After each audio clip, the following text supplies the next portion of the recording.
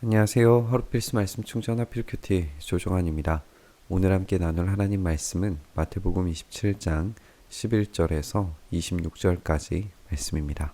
예수님께서 총독 앞에 서시니 총독이 예수님께 묻습니다. 당신이 유대인의 왕이요? 그러나 예수님께서는 당신이 그렇게 말하고 있어 라고 말씀하시고서는 또다시 이제 침묵하시는 걸 우리가 보게 됩니다. 총독은 유대인의 왕이냐라고 질문하고 있어요. 그것은 자신의 정치적인 입장과 관련된 질문이라고 우리가 볼 수 있을 겁니다. 빌라도는 이미 예수님에 대한 이야기를 알고 있었으리라고 생각이 듭니다. 이미 많은 숫자가 예수님을 따라다니는 것을 알고 있었겠죠. 왜냐하면 그것만으로도 위협의 요소가 될 수 있다라고 판단할 수 있기 때문에 그렇습니다. 그렇기 때문에 가장 먼저 질문한 것은 왕에 대한 질문입니다. 일종의 정치범 프레임으로 가두기 위함이었다라고 생각을 해볼 수도 있겠죠. 예수님은 그렇게 말하고 있다라고 답변을 하십니다. 이것이 간접적인 대답처럼 느껴지지만 그 말에 대해서 긍정하고 계시는 것을 우리가 알 수 있죠. 대제사장들과 장로들이 고발하는 말에 아무 대답도 하지 않으십니다. 이제 로마법을 보면은 상대방 쪽도 들어봐야 하는 것으로 이제 만들어져 있었기 때문에 대제사장들과 장로들이 고발을 하면 그 상대방에서, 그러니까 예수님 편에서 변호하는 말을 해야 됩니다. 그런데 예수님께서는 그 자신이 소명하실 기회를 사용하지 않으십니다. 묵묵히 도살장으로 끌려가는 양과 같은 고난받는 종을 떠올리게 만들 정도로 아무런 대답도 하지 않으시는 것을 우리가 보게 되죠. 그때 빌라도가 예수님께 그래서 이제 말합니다. 여러 가지로 당신에게 불리한 증언을 하는데 들리지 않소. 아무 말도 한 가지도 고발에 대답하지 않으시니까 총독은 매우 이상하게, 신기하게, 놀랍게 여깁니다. 예수님께서 자신 스스로를 변호하려고 하시지 않기 때문에 이 당연한 인간적 반응도 하지 않으시는 예수님을 신기하게 여겼던 것 같습니다. 명절 때마다 총독이 무리가 원하는 죄수 하나를 놓아주는 관례가 있었어요. 그래서 그때에 예수 바라바라고 하는 소문난 죄수가 있었습니다. 아마 이 사람은 로마 점령에 저항했던 자들이었던 것으로 생각이 들기도 합니다.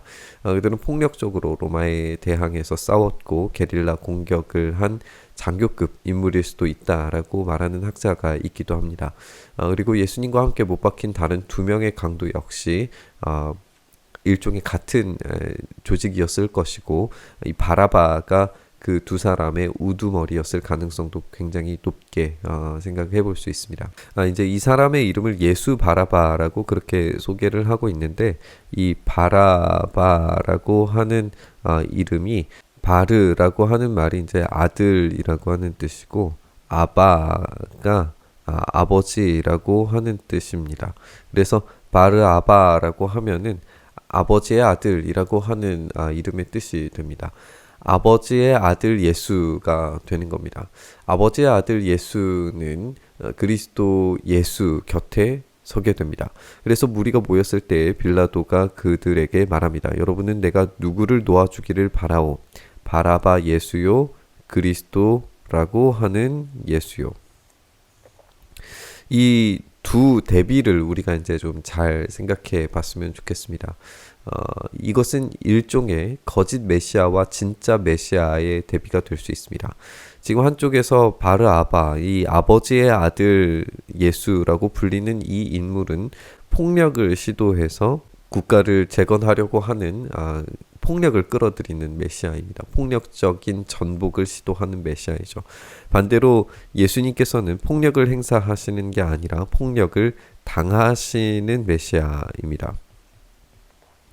아버지의 아들 예수와 다르게 예수님께서는 하나님의 아들 예수 그리스도십니다. 바라바 예수 그리고 그리스도 예수, 이 두 대비가 거짓 메시아를 보여주고 한쪽에서는 참된 메시아를 보여줌으로써 이 대비 가운데서 과연 누구를 선택할 것인가, 이 것에 대한 책임을 누가 지게 만들 것인가 라고 하는 것을 우리가 주목해서 보게 될 겁니다. 빌라도는 그들이 시기해서 예수를 넘겨주었다라고 하는 사실을 알고 있었어요. 이 사건의 본질을 꿰뚫고 있죠. 그들이 시기심 때문에 이 사람을 죽이려고 한다는 것을 알고 있었어요. 이 빌라도는 유대 지역을 통치하는 사람이었기 때문에 종교 지도자들과의 마찰은 가급적 피하고 싶었을 겁니다. 이런 점에서 빌라도는 정치적인 해결을 시도할 뿐이지 진짜 그 사람이 누구인지에 대해서 관심 있는 것은 아니에요. 빌라도가 재판석에 앉아있을 때 그 아내가 사람을 보내서 말을 전해요. 당신은 그 옳은 사람에게 아무 관여도 하지 마세요. 지난밤 꿈에 내가 그 사람 때문에 몹시 괴로웠어요 라고 하는 이야기를 듣습니다. 이 아내는 꿈을 통해서 예수님이 의인이라고 하는 것을 알았다고 하고 있어요. 지금 우리의 상황과는 좀 많이 상당히 떨어져 있기는 하지만 당시에 이 꿈을 근거로 해서 이야기하는 것은 상당한 설득력을 갖춘 이야기였을 수 있습니다. 그런 이야기를 듣고서도 빌라도는 자신의 선택을 철회하거나 후회하는 모습을 찾아볼 수가 없습니다. 대제사장들과 장로들은 무리를 구슬러서 바라바를 놓아달라고 하고 예수를 죽이라고 요청하게 만듭니다. 여기에서 이 무리가 지금 끼어들고 있는 것을 우리가 보게 됩니다. 이 무리라고 하는 이 단어가 전에 사용되었을 때에는 예수님을 따라다니는 무리였어요. 그런데 이제는 예수님을 죽이려고 하는 무리가 되는 것을 보게 됩니다.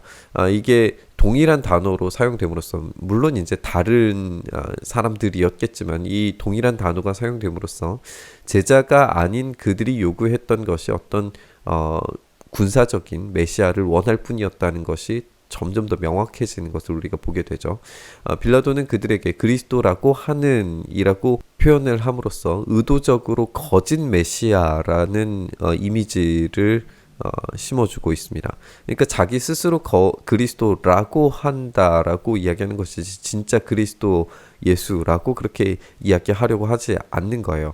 그러니까 지금 거짓 메시아와 진짜 메시아 이 사이에서 거짓 메시아가 바로 나사렛 예수 그리스도시다라고 이야기하는 겁니다. 그는 지금 어쩔 수 없이 예수님을 내어주는 것이 아닙니다. 모든 것은 계산되고 정치적인 판단하에서 이루어지는 행위였습니다. 그렇게 이 두 사람 가운데에서 누구를 놓아주기를 바라냐고 질문했을 때에 바라바를 요구하게 되고 십자가에 못 박으라고 이제 제사장과 장로들과 무리들은 외치기 시작합니다. 빌라도가 말하기를 정말 이 사람이 나쁜 일을 했소. 사람들이 더욱 큰 소리로 외치기를 십자가에 못 박으라 라고 이야기를 합니다.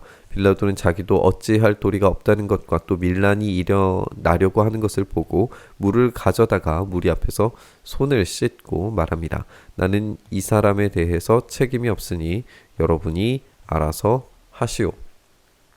책임이 없다라고 이렇게 말하면서 여러분이 알아서 하라 라고 말하고 있습니다. 이것은 대제사장들과 장로들이 가룟 유다에게 했던 말을 그대로 돌려주고 있는 것을 우리가 보게 됩니다.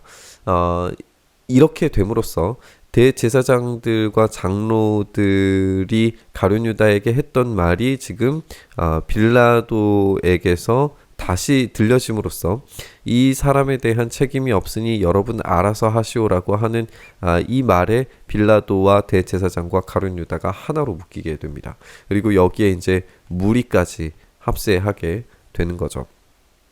그래서 이들은 이 책임에서 회피할 수 없는 하나의 공동체가 되는 것을 우리가 보게 되는 겁니다. 그러자 온 백성이 대답합니다. 그 사람의 피를 우리와 우리 자손에게 돌리시오. 결국 예루살렘은 AD 70년경에 완전히 파괴되는 것으로서 이 책임이 그들에게 돌아가는 것을 경험하게 될 겁니다.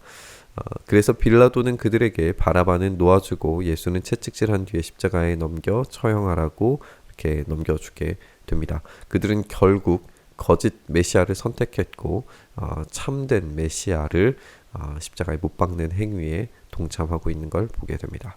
우리는 본문에서 거짓 메시아를 요구하는 무리를 발견하게 됩니다. 거짓 메시아는 폭력과 힘으로 권력을 쟁취하려고 시도했지만 결국 죽어야 할 강도입니다.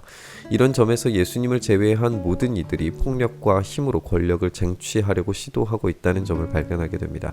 빌라도는 정치적인 힘을 놓치지 않으려고 했고 대제사장들과 장로들은 거짓말을 동원해서라도 자신들의 입지를 지키기 위해서 예수님을 죽이려고 합니다. 무리들은 로마로부터 폭력으로 독립하기를 원합니다. 이것의 정점에 바라바 아버지의 아들 예수가 있습니다. 그 아버지는 결국 거짓의 아비라고 하는 사실이 폭로되고 그들이 당할 심판이 정해져 있다라고 하는 것을 보여줍니다. 그는 거짓 메시아일 뿐입니다. 참된 메시아 그리스도 예수께서는 자신의 말들을 사람들에게 아끼십니다. 자기를 변호하지 않으십니다. 자기에게 부과된 사명을 완수하시기 위해서 어떠한 말도 시도도 하지 않으십니다. 그런데 우리가 살펴보게 되겠지만 하나님 아버지께는 침묵하지 않으십니다. 그분이야말로 진짜 참 아버지의 아들이셨던 겁니다. 오늘 말씀 묵상하면서 진짜 우리의 참된 메시아, 우리의 왕, 우리가 따라야 할 예수가 누구인지 기억했으면 좋겠습니다.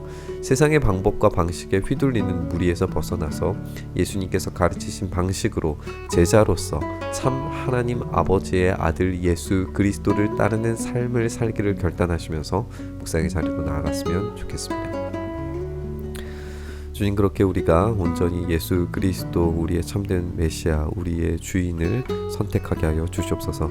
세상의 거짓된 메시아들이 난립하며 그 거짓된 메시아들이 자기들이 힘으로 능력으로 새로운 세상을 만들 수 있을 것처럼 호도하지만 그들이 결국 당하게 될 최후의 종착지는 파괴와 멸망뿐이라는 사실을 오늘 이 본문을 통해서 다시 한번 생각합니다. 오로지 주님의 나라에 우리가 거하게 하시고 참된 우리의 주인이신 예수 그리스도께서 가르치신 삶대로 오늘도 살아가게 하여 주시기를 간절히 소망하며 우리 주님 예수님 이름으로 기도드리옵나이다. 아멘.